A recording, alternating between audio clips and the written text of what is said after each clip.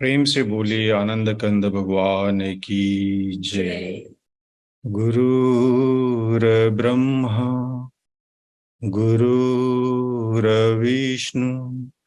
गुरुर्देव महेश्वर गुरुर्साक्षात् परम ब्रह्म तस्मै श्री गुरुवे नमः। बंदो गुरुपद कंज कृपा सिंधु नर रूप हरि महामोह तब पुंज जासु बचन रवि करनी कर अखंड मंडलाकारं व्याक्तम्बेनं चराचरं तत्पदं दर्शितं येन तस्मै श्री गुरुवे नमः। प्रेम से बोलिए श्री सद्गुरुदेव महाराज की जय। आदि शक्ति श्री जग जननी माता जी की जय। परम संत श्री हंस जी महाराज की जय। सभी दिव्य परिवारों की जय। सभी पूजनीय संत महात्माओं की जय। सच्चे गुरु दरबार की जय। आज के इस यूवी वीकली सत्संग में उपस्थित पूजनीय भाई जी, सभी संत महात्मागण, प्रेमीगण एवं जिज्ञासु सभी को स्वागत और मेरा सादर जय श्री सच्चिदानंद। सर्वप्रथम आप सभी को श्री कृष्ण जन्माष्टमी का बहुत बहुत मंगलमय शुभकामना। हर एक सप्ताह की तरह आज के शुक्रवार के इस समय पर श्रद्धा भाव से सत्संग में गोता लगाने के लिए हम लोग उपस्थित हुए हैं। तो चलिए आज के कार्यक्रम को शुरू करते हैं गुरु वंदना से। और गुरु वंदना गाने के लिए मैं आमंत्रित करता हूं अंजिता लामा जी जो दुबई से हैं। प्रेम से बोलिए श्री आनंद कंद भगवान की जय। उपस्थित सभी पूजनीय संत महात्माओं के श्री चरणों में प्रणाम और सादर जय सस्तानन, और सभी प्रेमियों को भी सादर जय सस्तानन।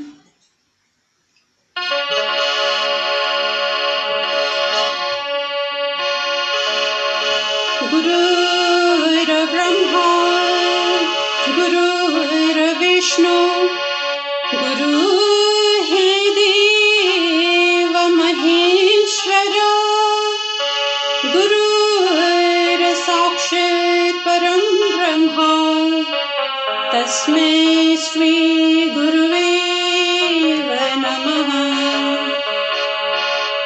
गुरु को कीजिए दंडवत, कोटि कोटि प्रणाम। कीर्तन जाने वृंद को गुरु कर ले आप समान। प्रेम से बोलिए श्री आनंद कंद भगवान की जय। आदि शक्ति श्री जगजननी माता जी की जय। सभी हंस महान विभूतियों की जय। सच्चे गुरु दरबार की जय। मानव धर्म की जय। गुरु चरण कमल बलिहारी रे, प्रभु चरण कमल बलिहारी रे। मेरे मन की दुविधा टारी रे, मेरे मन की दुविधा टारी रे। गुरु चरण कमल बलिहारी रे, प्रभु चरण कमल बलिहारी रे। भव सागर में नीर पार, भव सागर में नीर पार। डूब रहा नहीं मिले किनारा, डूब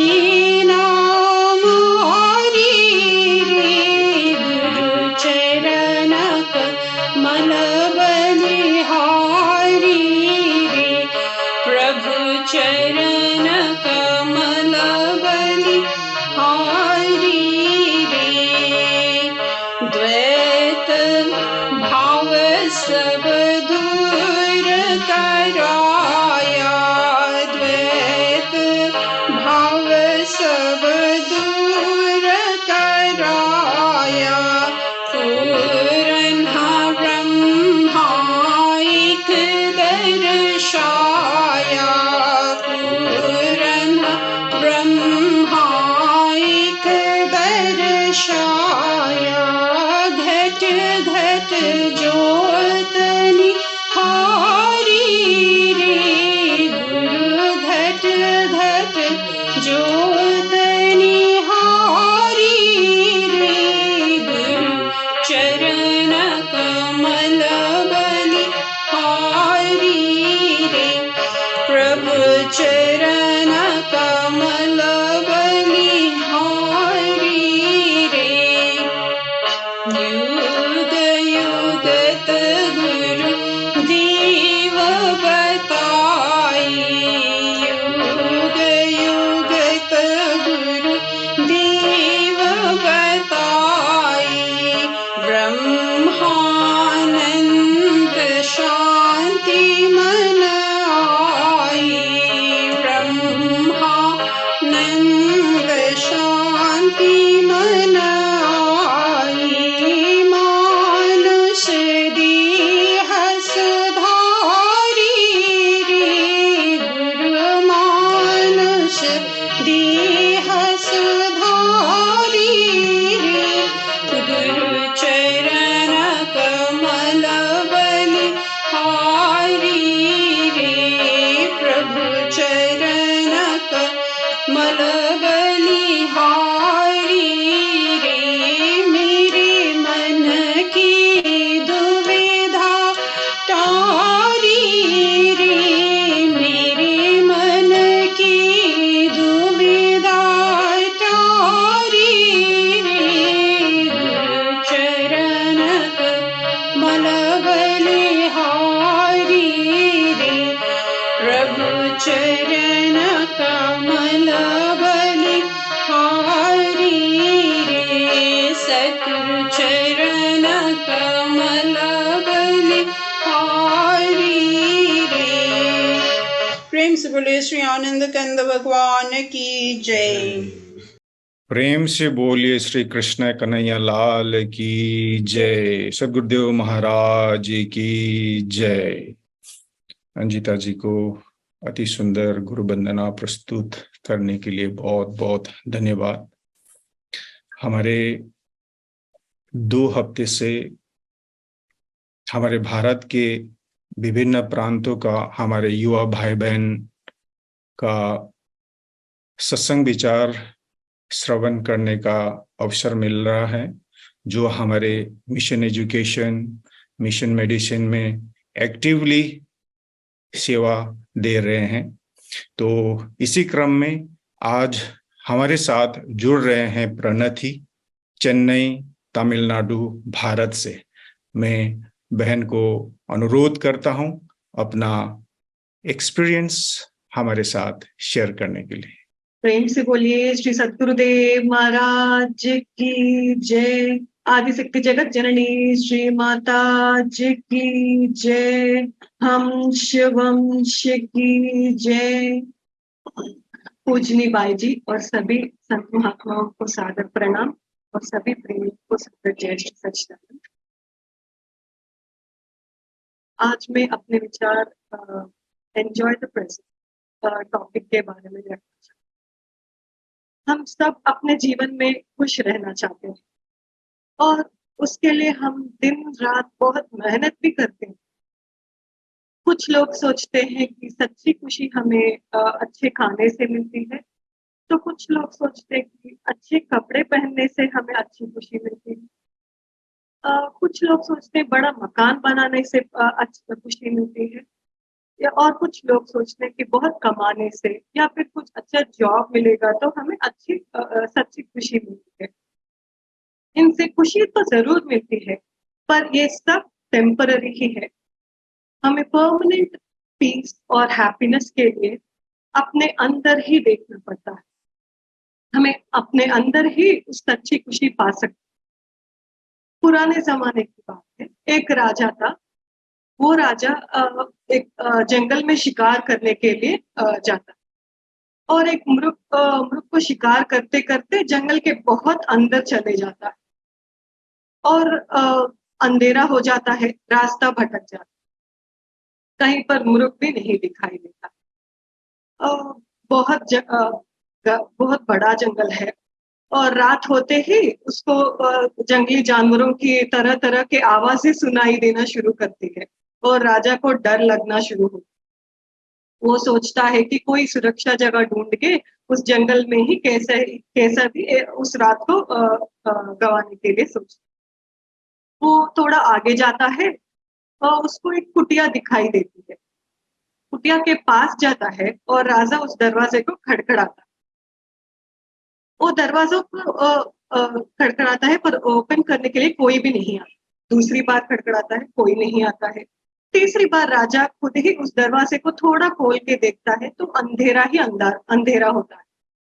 अंदर से एक आवाज आती है एक बुढ़िया की, कौन है? तो वो राजा बोलता है कि मैं एक राजा हूँ, यहाँ शिकार करते करते रास्ता भटक गया और आप थोड़ी जगह देंगे तो मैं कल सुबह ही वापस अपने राज्य को चला जाता। पर वो बुढ़िया नहीं मानती है। वो कहती है यहाँ जो भी आता है जाने के लिए तैयार ही नहीं होते। तो राजा कहता है नहीं नहीं, मैं जरूर कल सुबह अपने राज्य को वापस चले जाता। पर वो बूढ़ी माँ मान ही नहीं रही है। तो राजा कैसे भी उसको मनाते हैं और अंदर आ जाते। अंदर आने के बाद उनको इतना बदबू आती है, वो एक क्षण भी वहां नहीं बैठ पाते। थोड़ी देर के बाद पर राजा मजबूर है, वो कहीं पर नहीं जा सकते उस अंधेरे रात में इस जंगल में। तो वो वहीं बैठते हैं और थोड़ी देर के बाद वो बदबू उसको उसके मन में बैठ जाता है और उसका आदत हो जाता है। 1 घंटा के बाद राजा को नींद भी आ जाती है और सवेरे हो जाता है। वो बूढ़ी माँ कहती है अब तुम अपने घर जा सकते हो, अपने राज्य में। पर वो राजा कहता है बहुत थक गया, आज मैं यहीं पे रुक जाऊंगा। बूढ़ी माँ कुछ नहीं कहती है। दूसरा दिन होता है, राजा कोई और बहाना करना शुरू करता है। तीसरा दिन होता है, कोई और बहाना करता है राजा, पर वापस नहीं जाता है। हम सब सोचते होंगे ये राजा का दिमाग खराब हो गया है क्या, इतना अच्छा राज्य छोड़ के वो क्यों इस बदबू में रहना चाहता है। हम सभी जीव ऐसे ही हैं। हम इस सांसारिक बदबू में ही हमको खुशी मिलती है, पर जो सच्ची खुशी है उसको ढूंढने में हम भूल ही जाते। उस सच्ची खुशी को ढूंढना ही हम भूल जाते हैं जो हमारे अंदर है। पर वो जो जैसा वो राजा उसको उस बदबू में ही रहना पसंद करता है, वैसे ही हम जीव इस सांसारिक प्लेजर्स में रहना पसंद करते हैं, ज्यादा पसंद करते हैं। तो आजकल के लोग 1 घंटा तक नहीं, 10 मिनट के भी अपने फोन को छोड़ के नहीं रह पाते। एक रिसेंट एनालिसिस में ये प्रूव किया है कि teenagers like boys and girls from 13 to 20 years use their phone. करीब 7 से 8 घंटे तक उनके फोन यूज करते हैं। वो सोचते हैं उनकी सच्ची खुशी उस फोन में ही है। अगर हम किसी से पूछते हैं आपकी खुशी किस में है, तो कुछ लोग कहते हैं हम वर्ल्ड ट्रैवल में होता है। कुछ लोग कहते हैं हमारी सच्ची खुशी घूमने फिरने में, कुछ लोग हमारे परिवार में, और कुछ लोग कहते हैं कोई लग्जरी होटल में खाना खाने में होते। पर ये सभी खुशी टेम्पररी ही है। संसार में कोई चीज हमें वो सच्ची खुशी नहीं दे पाएगी। वो परमानेंट हैप्पीनेस जो हम पूरे विश्व में ढूंढ रहे हैं, वो सच में हमारे अंदर ही है। जैसे एक कस्तूरी मृग पूरा जंगल को वो सुगंध के लिए ढूंढती रहती है, पर वो सच में वो सुगंध उसकी नाभि से ही आती है। वो ना जान के वो मृग पूरा जंगल ढूंढते रहते हैं, जैसे हम पूरा संसार विश्व में घूमते रहते हैं खुशी के लिए। वैसा ही उस मृग पूरा जीवन और ढूंढती रहती है और अंत में एक शिकार उसको शिकार कर लेता है और वो कस्तूरी को लेके जाता है। वैसे ही हम अपने पूरी जिंदगी ये सेंस ऑर्गन्स के प्लेजर्स को सैटिस्फाई करने में और ये मटेरियलिस्टिक थिंग्स में ही हम सैटिस्फाई होने के लिए ट्राई करते हैं। और उसी में ही खुशी ढूंढते ही रहते हैं और पूरा जिंदगी वेस्ट कर लेते हैं।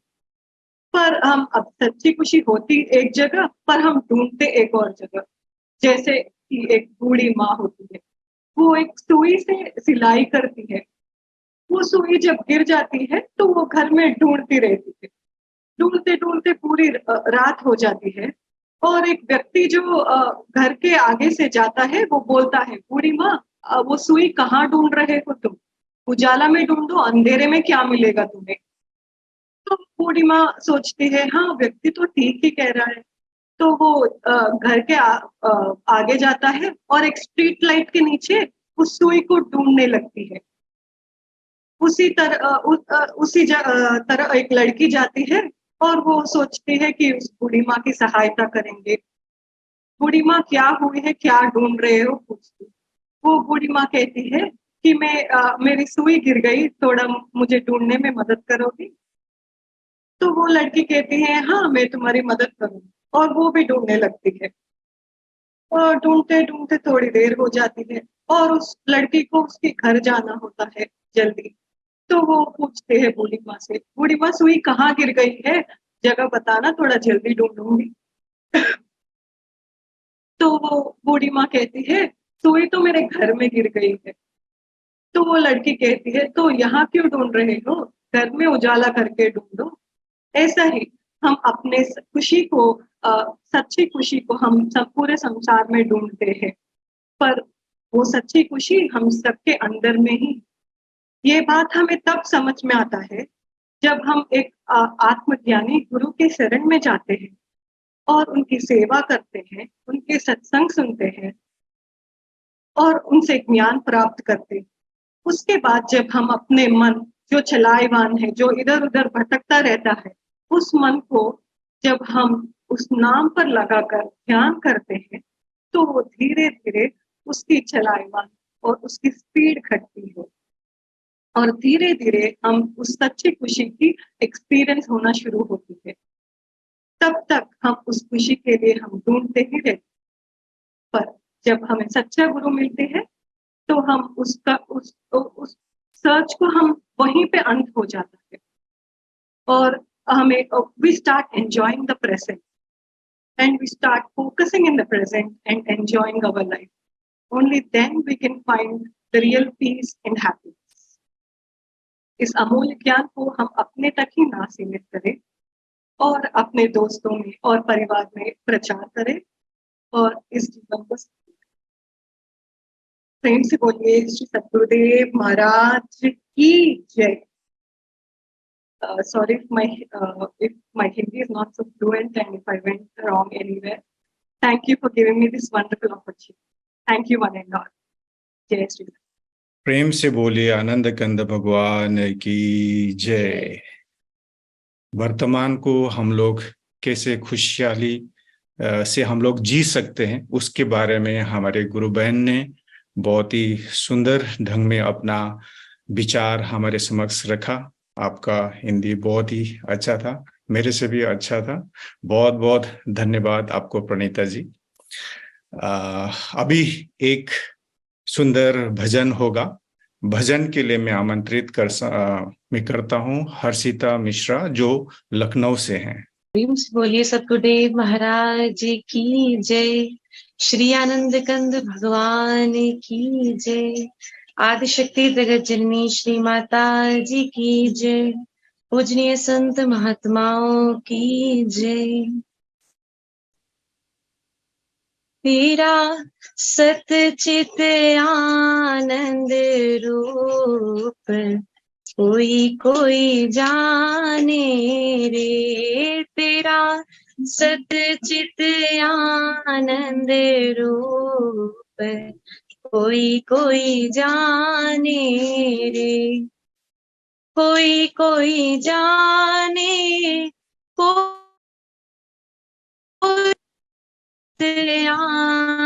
आनंद रूप कोई कोई जाने रे। तेरा सतचित आनंद रूप कोई कोई जाने रे। मन वाणी का तू है दृष्टा, मन वाणी का तू है दृष्टा, वेद वचन का तू है श्रेष्ठा, वेद वचन का तू है श्रेष्ठा, अनुभव सिद्ध अनूप, कोई कोई जाने रे तेरा सत्यानंद रूप, कोई कोई जाने रे तेरा सतचित आनंद रूप, कोई कोई जाने रे। जन्म मरण तेरा धर्म नहीं है, जन्म मरण तेरा धर्म नहीं है, पाप पुण्य तेरा कर्म नहीं है, पाप पुण्य तेरा कर्म नहीं है, तू पूर्ण स्वरूप, कोई कोई जाने रे तेरा सतचित आनंद रूप, कोई कोई जाने रे। पांच कोश से तो है न्यारा, पांच कोश से तो है न्यारा, तीन गुणों से तो भी तीन गुणों से भी तो न्यारा, तू है साक्षी रूप, कोई कोई जाने रे तेरा सच्चित आनंद रूप, कोई कोई जाने रे तेरा सच्चित आनंद रूप, कोई कोई जाने। तीन लोक का वो है स्वामी, तीन लोक का तो है स्वामी, घट घट व्यापक अंतर्यामी, घट घट व्यापक अंतर्यामी, जो माला में सूत, कोई कोई जाने रे तेरा सतचित आनंद रूप, कोई कोई जाने रे तेरा सतचित आनंद रूप, कोई कोई जाने रे। सूर्य चंद्र में तेज है तेरा, सूर्य चंद्र में तेज है तेरा, अग्नि में भी ओज है तेरा, अग्नि में भी ओज है तेरा, तू तेज स्वरूप, कोई कोई जाने रे तेरा सतचित आनंद रूप, कोई कोई जाने रे।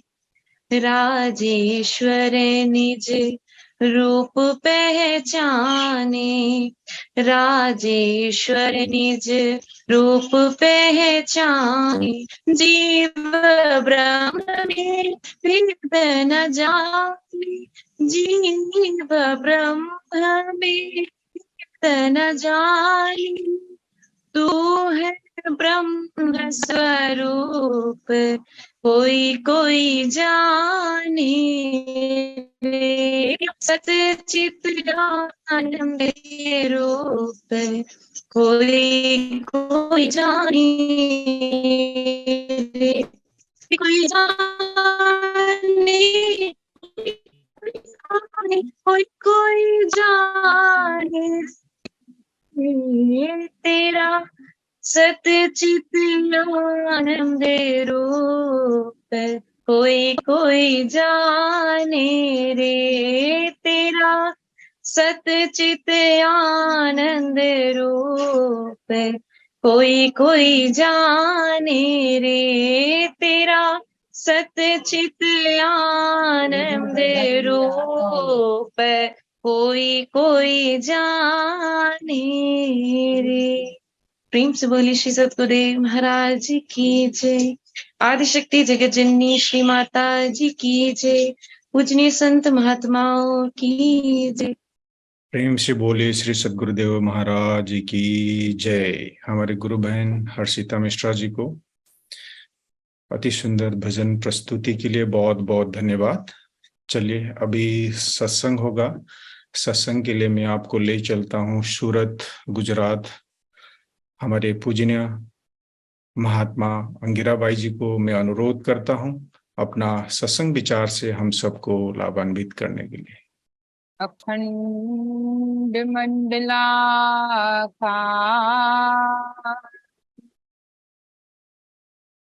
व्याप्तं येन चराचरं तत्पदं दर्शितं येन तस्मै श्री गुरवे नमः। शान्ताकारं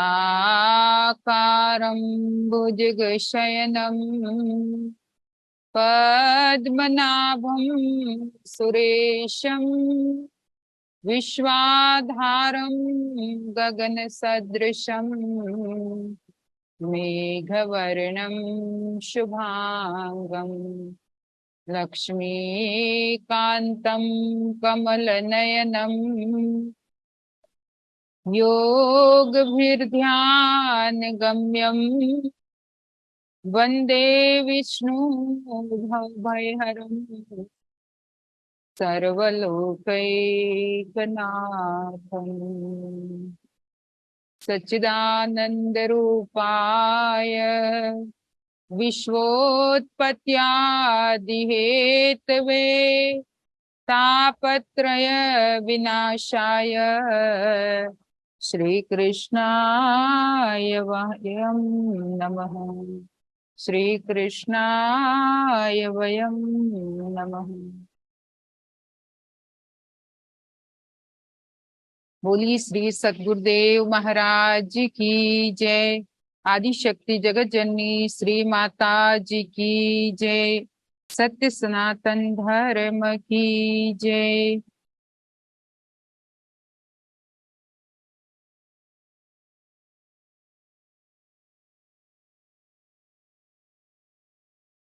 आदरणीय प्रेमी सज्जनों और भक्तिमती माताओं तथा बहनों, श्री गुरु महाराज जी के पावन चरणों की कृपा से हमें हर शुक्रवार को इस तरह से सब भक्तों को एक प्लेटफॉर्म पर कनेक्ट होकर के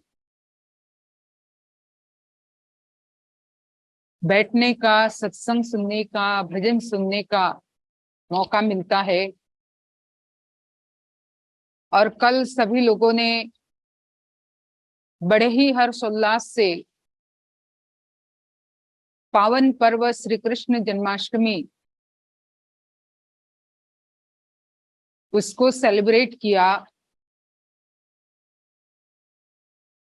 हमारे धर्म ग्रंथों में अवतारवाद की जो श्रृंखला है, अवतारवाद की जो बात, उसका जो वर्णन है, बड़े ही सुंदर ढंग से संत ज्ञानियों ने, भक्तों ने अपने अनुभव के द्वारा समझाना चाहा। क्योंकि अवतारी महापुरुष का इस संसार में अवतार धारण करके प्रकट होना, वो इसीलिए है कि जो नित्य अवतार रूप परमात्मा, नित्य अवतार रूप निर्गुण तत्व हम सभी के मन मंदिर में, सभी के हृदय मंदिर में स्थित है, उनका ज्ञान कराने के लिए सगुण साकार अवतार रूप में महापुरुष को प्रकट होना पड़ता है। वस्तु है ही हमारे अंदर, पर उसे इंगित करने के लिए, उसे हम तक पहुंचाने के लिए, हमारे अंतरात्मा में उसका अनुभव कराने के लिए महापुरुष सद्गुरु के रूप में समय समय पर आते हैं। जैसे द्वापर में भगवान श्री कृष्ण जब कंस, जरासंध, शिशुपाल, दंतवक्त्र और ऐसे अनेकों राक्षसों का तो एक नाम था, निमित्त था, पर असल में वो अपने भक्तों को उस निर्गुण निराकार तत्व से जोड़ने के लिए और उसे फिर से अध्यात्म के उस ट्रैक पर चलाने के लिए, दिशा दिखाने के लिए प्रकट हुए और उन्हें उसके अंदर छुपी हुई, क्योंकि हम भक्तों के अंदर भी इस ज्ञान के अविनाशी खड़क को देकर के गुरु महाराज जी महापुरुष हमारे अंदर बैठे हुए काम क्रोध रूपी कंस, रावण, शिशुपाल, इन सब का वो वध करते हैं। और ऐसे ही श्री कृष्ण परमात्मा इस धराधाम पर आए और ऐसे उनके अनोखे कार्य रहे, अनोखी लीलाएं रही। एक तरफ तो सुंदर सी मुरली बजा करके गोपियों को, राधा जी को खूब नचाया, और दूसरी तरफ जहां समय आया तो सुदर्शन चक्र हाथ में ले लिया, क्योंकि यही कार्य होता है भगवान का, महापुरुषों का, कि प्रेम की बंसी भी बजाते हैं और उसके साथ साथ ज्ञान का खड़क भी अपने साथ में रखते हैं, कि जिससे आसुरी वृत्ति जो है, जो नेगेटिविटी संसार में पनप रही है, उसको खत्म कर। यही श्री कृष्ण परमात्मा ने अपने जीवन में किया। कहाँ तो भगवान महारथी थे, पर सारथी बनकर के भी उन्होंने काम किया। कहाँ तो वो संसार को एक ही सोच मात्र से, केवल सोच मात्र से ही संसार को उसमें से अधर्म हटा सकते थे, लेकिन कई ऐसे रोल करने पड़े, कई ऐसे रोल किए जिसमें सारथी भी बने। इससे पहले उनको एक शांति दूत भी बनना पड़ा, एक दूत बन करके दुर्योधन के पास गए। तो अगर बड़ी गहराई से हम महापुरुषों के जीवन को देखें तो उन्होंने हर रोल को बड़ी बखूबी से निभाते हुए हमें संसार में इस जीवन संग्राम में कैसे, कब, किस आयुध की, किस वेपन की जरूरत पड़ेगी, ये समझाना चाहा। भाई जीवन भी तो एक संग्राम है, संसार भी तो जिसमें कदम कदम पर युद्ध करने की नौबत आ जाती है। कदम कदम पर हमारे अंतर मन में ऐसे द्वंद्व चलते रहते हैं। मन और आत्मा के बीच में भी द्वंद्व चलता है, मन और बुद्धि के बीच में भी द्वंद्व चलता है, संग्राम चलता है। और जहां मन और बुद्धि के बीच में संग्राम होने लगता है तो मन अपनी कुछ नेगेटिविटी बुद्धि के सामने रखता है, और जिसके कारण बुद्धि भी विवेक खो देती है, और उस विवेक को खोने के कारण सही डायरेक्शन में सोच नहीं पाती, न डिसीजन ले पाती। तो ज्ञानी लोग कहते हैं कि हर कदम पर युद्ध है। युद्ध केवल ये नहीं कि भाई रण मैदान में या युद्ध के मैदान में दो पक्ष, दो बड़ी बड़ी आर्मी एक साथ सामने सेना खड़ी है और हथियारों से युद्ध किया जाता है। युद्ध तो कदम कदम पर जीवन में चलता रहता है। जहां मन बुद्धि के बीच में है तो मन आत्मा के बीच में है, तो मन और इंद्रियों के बीच में भी युद्ध होता रहता है।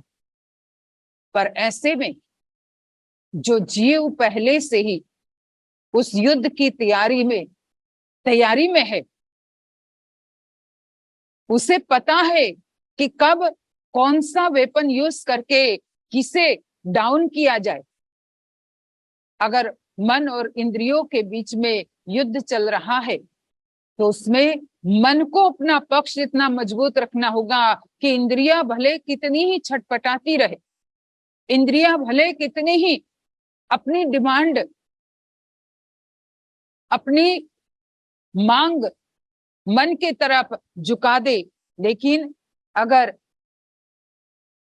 मन मजबूत है, मन का अपना पक्ष मजबूत है, तो मन इंद्रियों के वश में न होकर के इंद्रियों की हर डिमांड को, इंद्रियों की हर मांग को आवश्यकता न समझ करके उसे इग्नोर करना शुरू कर दे। लेकिन वहीं पर अगर इस मन को किसी भी प्रकार की कोई अध्यात्म की दिशा नहीं है तो बहुत जल्दी इंद्रियों के बहकावे में आ जाएगा, और इंद्रियों के बहकावे में आकर के यही मन फिर उसी तरफ ढलने लगता है। आंख की डिमांड पूरी की तो कान ने अपनी डिमांड शुरू कर दी, उसकी पूरी की तो जीभ ने अपनी डिमांड शुरू कर दी। ऐसे करते करते फिर धीरे धीरे ये केवल मन का कार्य यही रहेगा कि वो बस इंद्रियों की डिमांड पूरी करता है। फिर जो मन आत्मा में स्थित होने के लिए हमेशा से लालायित रहता है, वो कभी हो ही नहीं पाए, और तब फिर इस मन में अशांति ही रहेगी। क्योंकि जिसको पाने के लिए और जिस आत्मा के साथ अपने आप को पूरी तरह से जोड़ देने के लिए ये मन आतुर है और उसे वही नहीं मिल रहा है, उसका चांस ही नहीं मिल रहा है। इंद्रियां अपनी डिमांड पूरी करवाने में कभी वैसा चांस ही नहीं दे पा रही, और जिसके कारण फिर ये मन में अशांति ही अशांति रहती है। तो ऐसे में ज्ञानी लोग कहते हैं ये मन रूपी नदी जो निरंतर बह रही है, उसे इंद्रियों के डायरेक्शन में न बहा करके उसे आत्मा रूपी समुद्र की तरफ कैसे बहाया जाए, कैसे उसका बहाव उस तरफ हम करें कि जिससे वो आत्मा की तरफ प्रेरित होकर के आत्मा में जुड़ने के लिए और आत्मा की तरफ आगे बढ़े। यही मन रूपी नदी जब आत्मा रूपी समुंदर में अपने आप को जोड़ देती है तो फिर उसका अपना भले कोई अस्तित्व न रहे, जैसे नदी का अस्तित्व मिट जाता है जब समुंदर को पा लेती है, लेकिन समुंदर को पा लेने के बाद, अपने अस्तित्व को खो लेने के बाद, अपने नाम को खो देने के बाद भी उसके मन में जो एक संतुष्टि और एक शांति का एहसास होता है। शांति की जो फीलिंग्स होती है वो हमें देखने को मिलती है कि मन अपना कल जो कलरव है वो भी बंद कर देती। यही इस मन रूपी नदी के साथ भी होना चाहिए। ये भी तो दिन रात बस कल करके संसार के कार्यों में अनेक प्रकार के ऊंचे नीचे पहाड़ों, कभी पत्थरों से घिसते हुए, कभी संसार के अनेक प्रकार के दुख के पत्थरों से अपने आप को रगड़ते हुए मन आगे बढ़ता जा रहा है। लेकिन अगर आत्मा रूपी समुद्र मिल जाए, और यही बात भगवान श्री कृष्ण अर्जुन को समझाते, अर्जुन को कहते हैं भगवान कि श्रेयान द्रव्यमात यज्ञात ज्ञान यज्ञ परम तप यस्य कर्म अखिलम पार ज्ञाने परिसमाप्ति। कि हे अर्जुन, जब तू इस आत्मा को पहचान लेगा, आत्मज्ञान को, क्योंकि आत्मज्ञान रूपी अग्नि ऐसी अग्नि है, यह यज्ञ ऐसा यज्ञ है कि उसमें और जितने भी संसार के, चाहे भौतिक जगत के कर्म हो, चाहे धार्मिक जगत के कर्म हो, सब उसमें समाहित हो जाते। तो वो अपने आप में एक समुंदर ही है। और यही बात बार बार हमें साधु संत बताते हैं, बार बार हमें समझाना चाहते हैं। और यही बात और उसी का ज्ञान देने के लिए भगवान श्री कृष्ण ने भले 11 साल और कहते हैं कि 52 दिवस, 11 साल और 52 दिन वो ब्रज में रहे, मुरली बजाई, गोपियों को खूब नचाया, राधा जी को नचाया, खुद भी खूब नाचे गोपियों और राधा जी के साथ। लेकिन जब ये दिमाग में आया कि अब मेरा जो असल कर्तव्य है कि ज्ञान योग को, ज्ञान तत्व को इस संसार में लोगों तक पहुंचाया जाए, तो उन्होंने व्रज को छोड़ दिया, व्रज का त्याग कर दिया।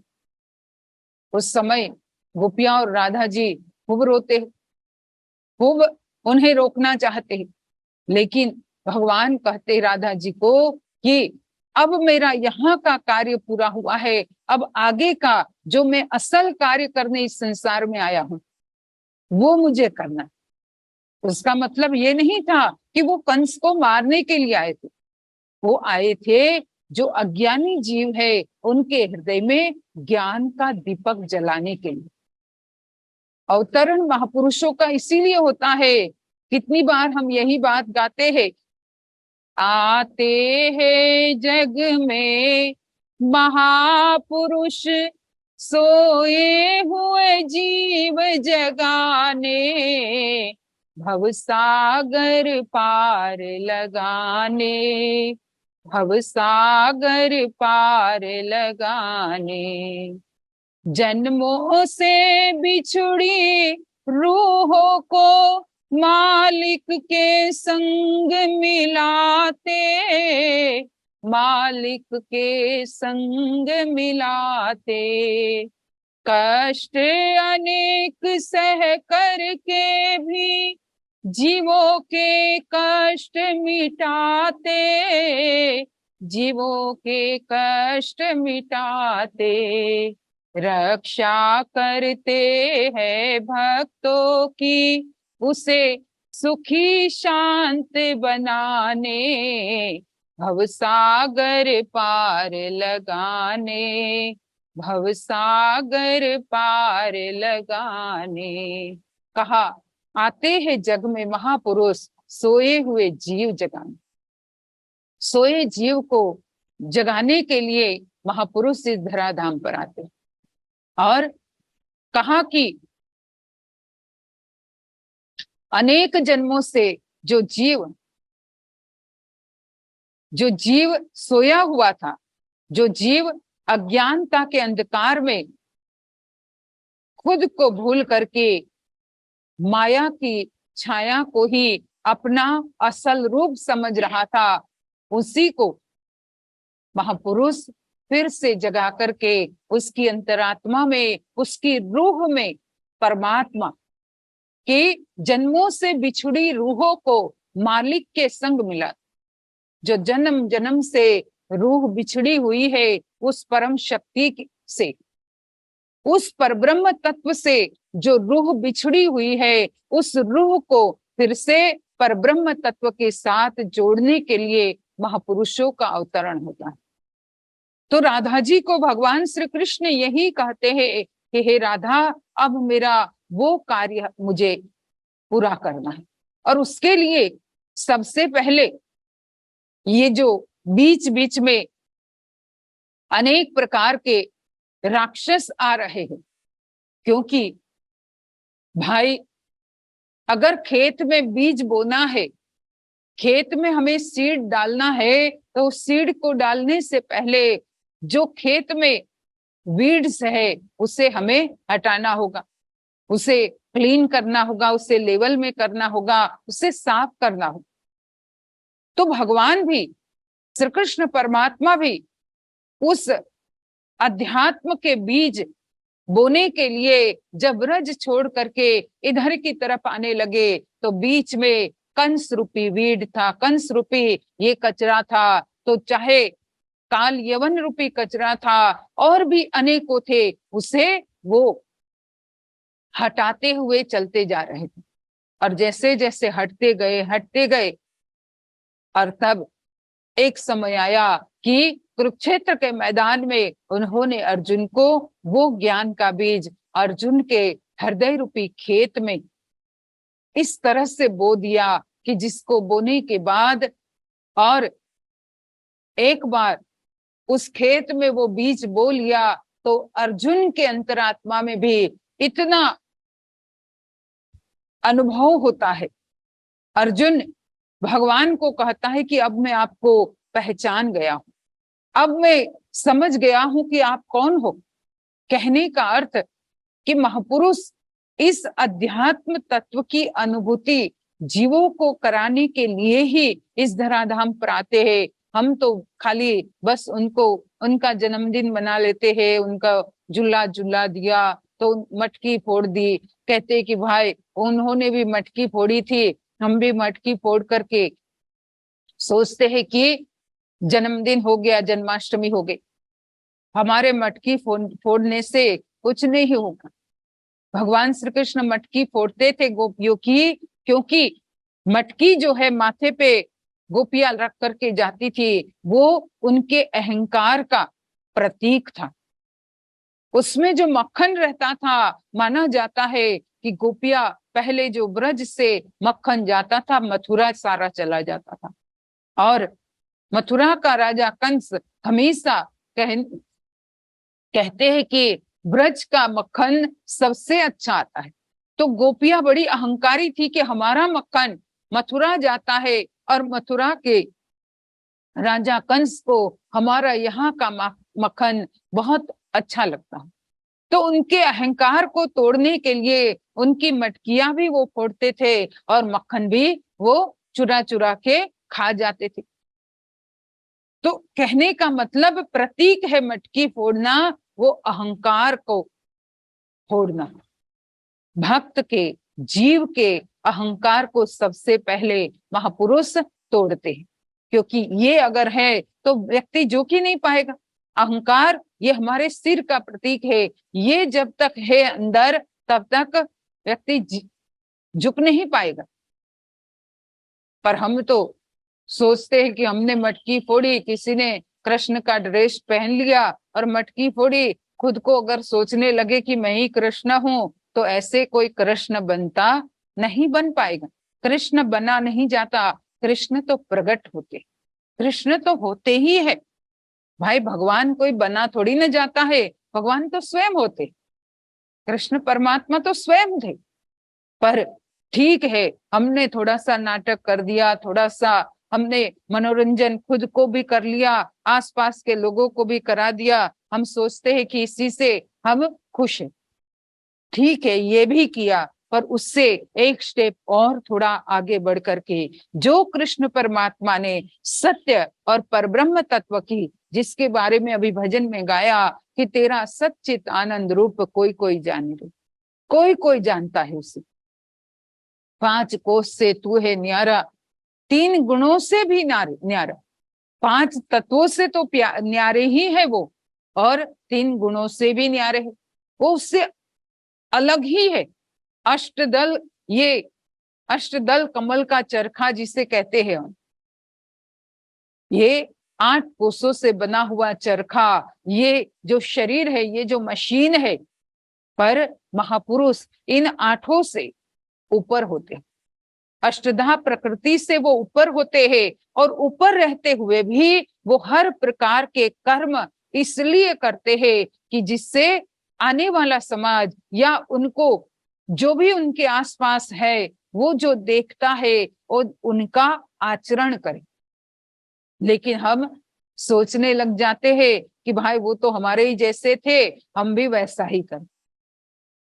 महापुरुष कभी हमारे जैसे नहीं होते हैं, वो तो अनुपम होते हैं, उनकी किसी चीज से उपमा नहीं दी जाती, पर हम नहीं समझ पाते। पर संत ज्ञानी इसे ही समझाने के लिए हमारे सामने बीच बीच में हमेशा आते रहते।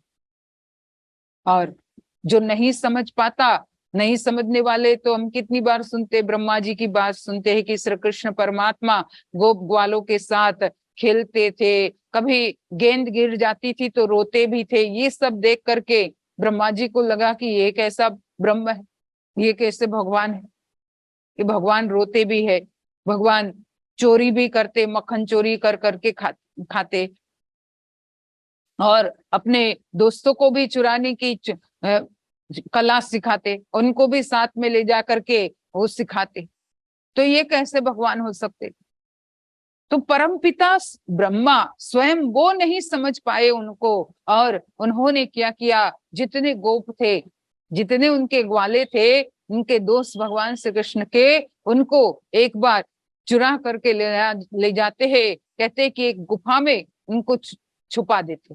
1 साल तक छुपाया, लेकिन भगवान ने अपनी ही माया से, अपनी ही शक्ति से, अपने ही शरीर से, और जितने भी खोए हुए, जितने भी मिसिंग थे, उतने गोप, उतने ग्वाले उन्होंने अपनी शक्ति से और प्रकट कर दिए, और रोज के हिसाब से जैसे कर्म करते थे, जैसे वो अपना कार्य करते थे, वो कर रहे थे। 1 साल तक ब्रह्मा जी ने ये सब देखा और तब समझ पाए। तो सोचो जरा, हम और आप लोग कहाँ समझ पाते महापुरुषों? बड़ा मुश्किल है। उसके लिए सरलता जरूरी है, उसके लिए विश्वास जरूरी है। विश्वास और सरलता होती है तब महापुरुषों के उस सगुण अवतार को जीव थोड़ा थोड़ा समझने लगता है। निर्गुण को समझना ज्यादा कठिन नहीं है। निर्गुण को तो बस आंख बंद करके जो भी हम देख रहे हैं भाई, देख ही रहे हैं। इसलिए तो तुलसीदास जी ने भी लिखा, निर्गुण ब्रह्म सुलभ अति, सगुण न चिन्हे कोई, अगुण सगुण नाना चरित, सुनी मुनि मन ब्रह्म होई। के निर्गुण ब्रह्म सुलभ अति, निर्गुण ब्रह्म का तो आंख बंद करके खाली ध्यान ही तो करना है और कुछ नहीं करना है। लेकिन सगुण न चिन्हे कोई, सगुण को बहुत कम लोग समझ पाते। क्यों? तो ये बात कही कि अगुण सगुण नाना चरित, सुनी मुनि मन ब्रह्म हो। ये सगुण परमात्मा के अनेक प्रकार के चरित्रों को सुन करके, अनेक प्रकार के चरित्रों को देख करके, एक साधारण मनुष्य की तरह, एक साधारण बालक की तरह कर्म करते हुए, और कभी रोते हुए तो कभी मिट्टी खाते हुए, ये सब देख देख करके ऋषि मुनि लोगों के मन में भी, स्वयं परमपिता के मन में भी, और स्वयं इंद्र के मन में भी कितनी बार भ्रम आया, कितनी बार डाउट्स आए। तो ये तो हमेशा से चलता रहा है कि सगुण को समझना, सगुण को पहचानना बड़ा ही कठिन। पर हमारे ज्ञानी लोग हमें इसीलिए ऐसे बीच बीच में त्योहार आते हैं, जन्माष्टमी, रामनवमी, तो हमें समझाना चाहते कि उस बहाने जब हमारा फोकस पूरा गत महापुरुषों के जन्मदिन को मनाने की तरफ होता है, तो पूरा हमारा मन तब सगुण की लीलाओं को रिवाइज करता है। और उससे थोड़ा हमें जब साधु संत, उसी समय के साधु संत उस बात को समझाते हैं, तो बहुत जल्दी हमारे मन में वो बात बैठ जाती है। तो एक छोटा सा भजन अभी हम सुनेंगे, उसके बाद थोड़ी देर में अपने विचार रखूंगी। मैं अंजिता को कहूंगी एक भजन सुनेगी। बोलिए श्री सद्गुरुदेव महाराज की जय। श्री आनंद कंद भगवान की जय। श्री कृष्ण भगवान की जय। पायो जी मैंने नाम रतन धन पायो, पायो जी मैंने नाम रतन धन पायो। वस्तु अनमोल दिए मेरे सतगुरु, वस्तु अनमोल दिए मेरे सतगुरु। कृपा करी अपनायो, पायो जी मैंने नाम रतन धन पायो, पायो जी मैंने नाम रतन धन पायो। जन्म जन्म की पूंजी पाई, जन्म जन्म की पूंजी पाई। जग में सभी खोवायो, पायो जी मैंने जग में सभी खोवायो, पायो जी मैंने नाम रतन धन पायो। खर्च न होवे चोर न लेवे, खर्च न होवे चोर न लेवे। दिन दिन बढ़त सवायो, पायो जी मैंने दिन दिन बढ़त सवायो, पायो जी मैंने नाम रतन धन पायो, पायो जी मैंने नाम रतन धन पायो। सत्य की नाव खिवटिया सतगुरु, सत्य की नाव खिवटिया सतगुरु। भवसागर तरी आयो, पायो जी मैंने भवसागर तरी आयो, पायो जी मैंने नाम रतन धन पायो। मीरा के प्रभु गिरधर नागर, मीरा के प्रभु गिरधर नागर। हर्ष हर्ष जस गायो, पायो जी मैंने हर्ष हर्ष जस गायो, पायो जी मैंने नाम रतन धन पायो, पायो जी मैंने नाम रतन धन पायो। वस्तु अनमोलक दिए मेरे सतगुरु, वस्तु अनमोलक दिए मेरे सतगुरु। कृपा करी अपनायो, पायो जी मैंने कृपा करी अपनायो, पायो जी मैंने नाम रतन धन पायो। प्रेम से बोलिए श्री आनंद कंद भगवान की जय। श्री कृष्ण कन्हैया लाल की जय। तो आदरणीय प्रेमी सज्जनों, मैं बता रही थी कि सगुण ब्रह्म को कोई कोई जो पूर्ण समर्पित अने पूर्ण विश्वास जिसके मन में होता है, क्योंकि सबसे पहले तो विश्वास की बहुत जरूरत होती है।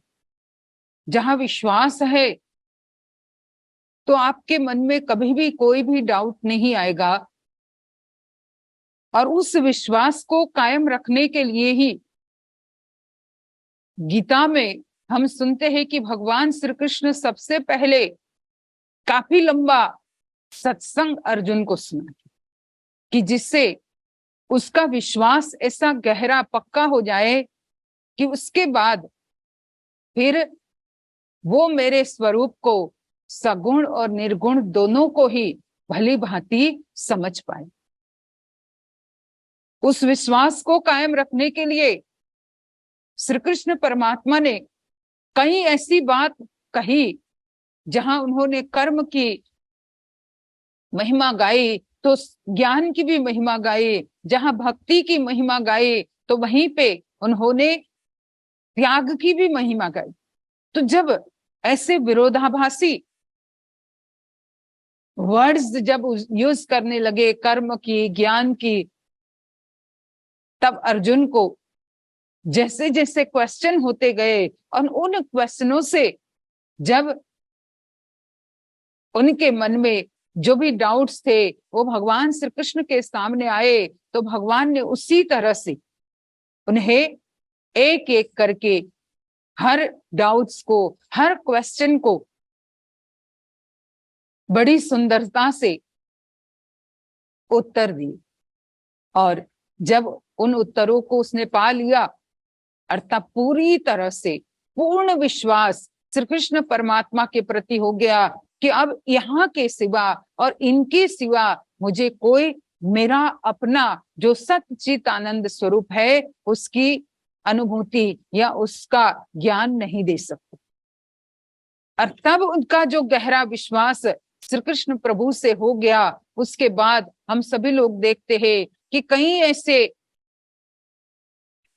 मोड़ आते हैं अर्जुन के जीवन में, कई ऐसे पड़ाव आते हैं अर्जुन के जीवन में, पर उन्हें ये एक ही बात थी कि जब श्री कृष्ण मेरे साथ है तो मुझे और किसी चीज की जरूरत नहीं है। कहने का मतलब कि हम भी अपने जीवन में इस जन्माष्टमी के त्योहार के केवल मनाए ही नहीं पर एक शिक्षा ग्रहण करें, उनके जीवन से, श्री कृष्ण प्रभु के जीवन से एक आदर्श अपने जीवन में उतारे कि अगर जब जैसा युद्ध हमें करना भी पड़ा तो उसमें भी करते हुए उसके साथ साथ हम अपना जो वास्तविक स्वरूप है, जो अध्यात्म ज्ञान की जो शक्ति है, उससे कभी न भूलें, उससे हमेशा जुड़े रहे। और उससे जुड़े रहने के कारण ही तो अर्जुन का युद्ध में विजय हुआ। उस अध्यात्म की उसे पहचान हो गई जिसके कारण अर्जुन श्री कृष्ण परमात्मा को एक ईश्वर के रूप में देखने लगा। और जब ये देखने लगा कि ईश्वर ही मेरे सारथी है, ईश्वर ही मेरे रथ को चला रहे हैं, तो अब मेरा रथ कभी भी कहीं और दूसरे डायरेक्शन में नहीं जा सकता। तो यही भावना हमें भी अपने जीवन में धारण करने के लिए श्री कृष्ण परमात्मा के एक एक जीवन के पहलू को हमें समझना होगा। बचपन से लेकर के मथुरा आए, मथुरा से द्वारका गए, यहाँ द्वारका आए, कहाँ मथुरा और कहाँ यहाँ द्वारका, और ऐसे खारे समुंदर के बीच में उनको अपनी नगरी बसानी पड़ी। क्यों? उस समय भी हमारे जैसे लोग उनके पीछे पड़े हुए थे। कुछ ऐसे लोग थे जो श्री कृष्ण परमात्मा को उनके कार्य के प्रति बाधक बने हुए थे, रोड़ा बने हुए थे, जिसके कारण वो हमेशा रोकते थे। पर जब भगवान ने देखा कि अब ये जरासंध, जिन्होंने कहते हैं कि कई बार 17 बार या 19 बार उन्होंने उन पर अटैक किया, आक्रमण किया, लेकिन ऐसे में भगवान श्री कृष्ण उन्होंने जब देखा कि ये बार बार अटैक कर रहा है, ना वो नीचे झुक रहा है, और मेरी शक्ति है उसके आगे वैसे भी वो टिक नहीं पाएगा। पर उसका भी एक समय आएगा, तब उसकी मृत्यु होगी। पर उस बीच में मैं अपनी जो मथुरा की प्रजा है, क्योंकि बार बार ये अटैक करता रहेगा, नजदीक है, अटैक करता रहेगा, तो मेरी जो मथुरा की प्रजा है वो निर्दोष प्रजा त्राहित हो रही है, उनको अनेक प्रकार के कष्ट हो रहे हैं। तब उन्होंने सोचा कि इससे अच्छा मैं ही अपनी प्रजा को लेकर के यहाँ से चला जाता हूँ, फिर ऐसी जगह चला जाऊंगा वो वहां पहुंच ही ना पाए। तो भगवान ने इतने दूर आकर के भी एक समुन्दर के बीचों बीच अपनी नगरी बसाई, वो भी सोने की नगरी बसाई। द्वारका सोने की, जो बेट द्वारका, जो असल द्वारका थी, वो सोने की समुन्दर के बीच में थी, जो भगवान ने बसाई। पर उसके कारण लोग यहाँ पर भगवान को, एक भगवान का नाम है रणछोड़, रण छोड़ करके भागे तो कहते रणछोड़, पर असल में उनको रणछोड़ क्यों बनना पड़ा? क्यों वो रण छोड़ करके भागे? क्यों वो युद्ध का मैदान छोड़ के भागे? उसके पीछे भी एक कारण था। कहते कि जब जरासंध ने इतनी बार अटैक किया, इतनी बार अटैक किया, नहीं जीत पाया श्री कृष्ण परमात्मा को, तो जरासंध ने अपने दूसरे देश से, पड़ोसी देश से यवन लोगों की सहायता ली। एक काल यवन नाम का जो राक्षस था उसकी सहायता ली। यवन देश से यवन की सहायता लेते हुए जब उनको श्री कृष्ण परमात्मा की हत्या के लिए भेजा गया, तो भगवान तो सब जान गए। भगवान ने उसे मारने की ऐसी कुछ नहीं ठानी, पर भगवान ने सोचा अगर ऐसा बाहर का कोई देश का यवन इस देश में प्रवेश कर गया तो धीरे धीरे इस देश में ऐसे तो अनेकों आते रहेंगे, और मेरी भारत भूमि, मेरी मातृभूमि, उस पर वो अपना कब्जा जमा लेंगे, उस पर वो अपना अधिकार जमा लेंगे। तो भगवान ने ऐसा एक नाटक, ऐसी एक माया रची। माना जाता है कि भगवान एक गुफा के रास्ते से होकर के द्वारका तक गए थे। तो वो जो गुफा में भगवान प्रवेश करते हैं, उस गुफा में राजा मुचुकुंद सो रहे थे। राजा मुचुकुंद खूब धार्मिक राजा थे, और कहते हैं कि कई सालों तक उन्होंने अनेकों ऐसे धर्म युद्ध किए थे। देवता दानवों के युद्ध में भी उन्होंने हमेशा सहायता की थी देवताओं को, और इस तरह से कई सालों तक वो कहते हैं कि युद्ध किए, अच्छे कार्य किए। तो जब स्वर्ग में जाते हैं, स्वर्ग से उनको पूछा जाता है कि तुम्हें क्या चाहिए, तुमने पूरा जीवन धर्म कार्य में ही बिताया है, हम देवताओं की मदद के लिए ही तुमने सब कार्य किए हैं। तब मुचुकुंद राजा कहते हैं कि इतने सालों से ये सब करते करते मैं बहुत थक गया हूं, मैंने कभी पूरी नींद नहीं ली है, तो मैं अच्छे से सोना चाहता हूं। और तब कहते हैं कि देवताओं ने कहा ठीक है, तुम्हें ऐसी अच्छी नींद मिलेगी, लेकिन अगर तुम्हें कोई बीच में जगा देगा, तुम्हारी नींद से बीच में कोई जगा देगा, तो जिस पर भी तुम्हारी पहली नजर, जिसने तुम्हें जगाया और पहली नजर जिस पर पड़ी, तो वो जल करके भस्म हो जाएगा। और भगवान ये सब जानते ही थे, भाई अंतर्यामी थे। तो उसी गुफा में मुचुकुंद राजा सोए थे, वहीं से भगवान श्री कृष्ण द्वारका की तरफ आगे बढ़ते, काल यवन को दिखाई दे, इस तरह से वो उस गुफा में प्रवेश किए हुए थे कि जिससे काल यवन भी उनका पीछा करते करते आए। और काल यवन जब पीछा करते करते आया, जैसे ही मुचुकुंद राजा के पास नजदीक में भगवान पहुंचे, तो भगवान ने अपनी जो पीताम्बरी पीली पहनी थी, जो खेस डाला हुआ था, वो धीरे से उस मुचुकुंद राजा के ऊपर वो ढक देते, जो सोए हुए थे उन पर उनको उड़ा देते। और वो तो आगे भागने लगे। इधर पीछे पीछे जो काल यवन आया आ रहा था, देखा कि यही तो वस्त्र पहने थे कृष्ण ने, मतलब ये नाटक करके यहाँ सोया हुआ है। तो जैसे ही वो पीताम्बरी भगवान की उठाता है राजा मुचुकुंद के शरीर से, तुरंत राजा मुचुकुंद की नींद खुल गई और सीधा उनका ध्यान काल यवन पे पड़ता है और वहीं पर वो भस्म हो जाते।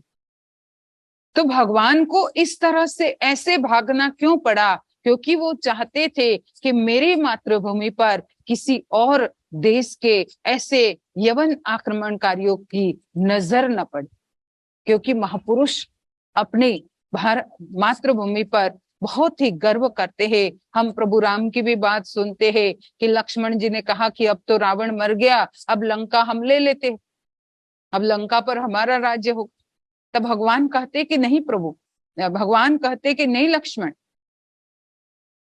अपि स्वर्णमयी लंका न लक्ष्मण रोचते, जगत जननी भूमिश्च स्वर्गात अभिकर्यसि, कि जन्मभूमि तो स्वर्ग से भी अधिक प्रिय होनी चाहिए, स्वर्ग से भी प्रिय है, भले कैसी भी है। मेरी अयोध्या मेरी जन्मभूमि है, मेरा भारत मेरी जन्मभूमि है।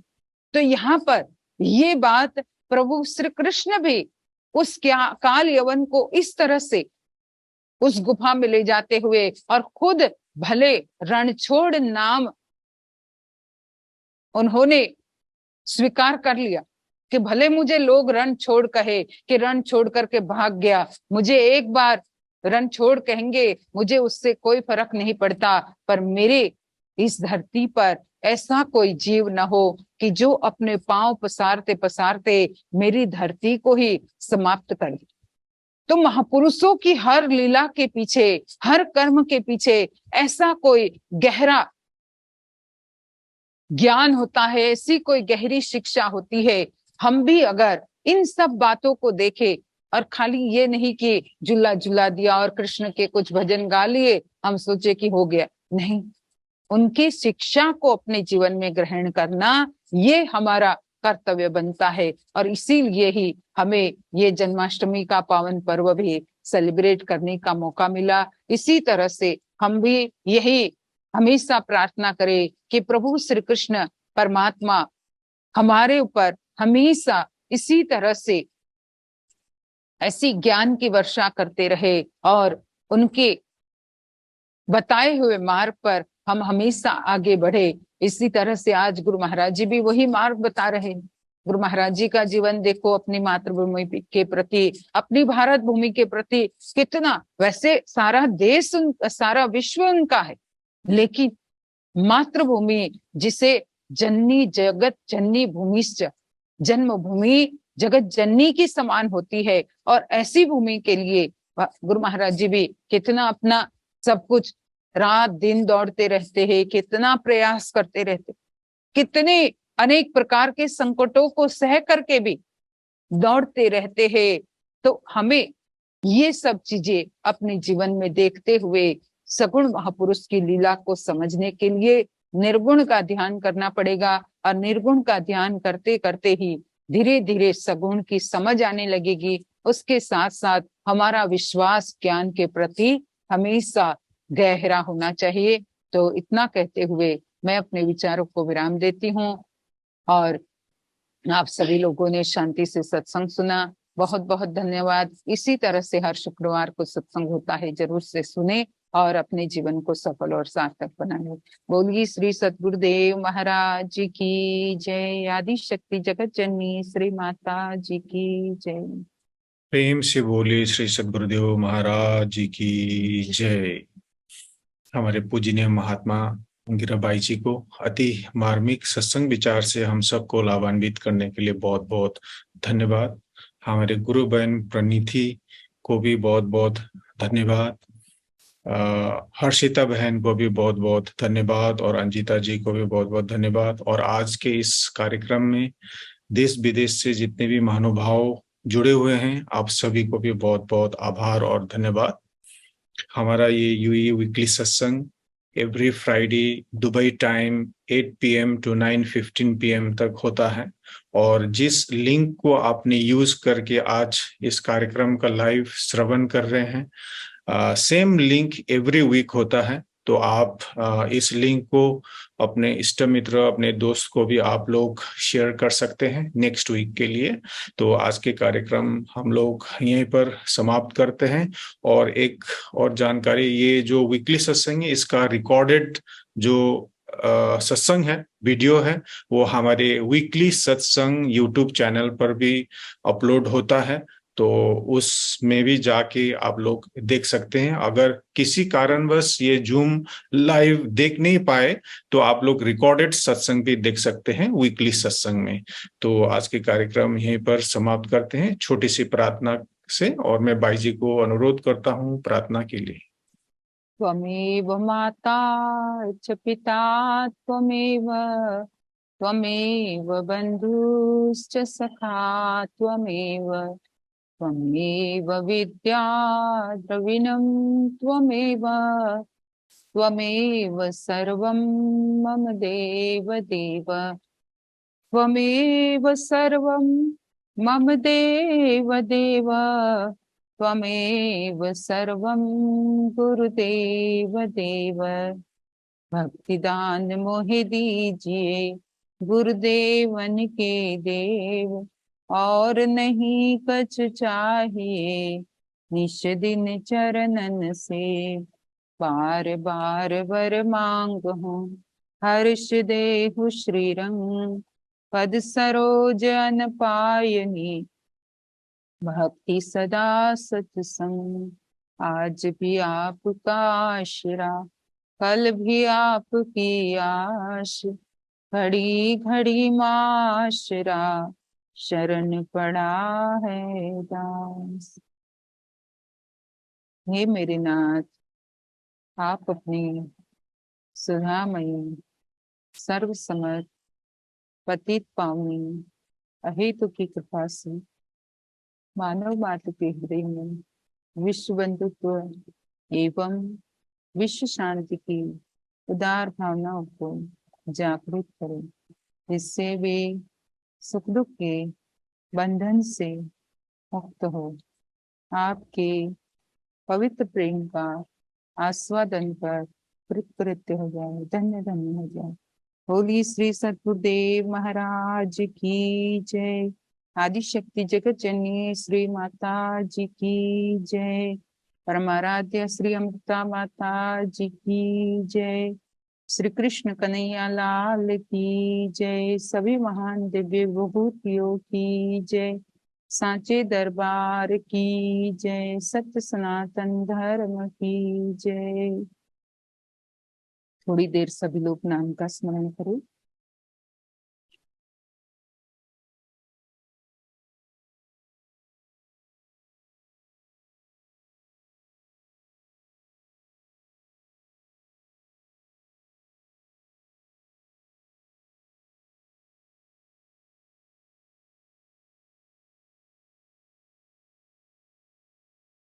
बोलिए आनंद कंद भगवान की जय।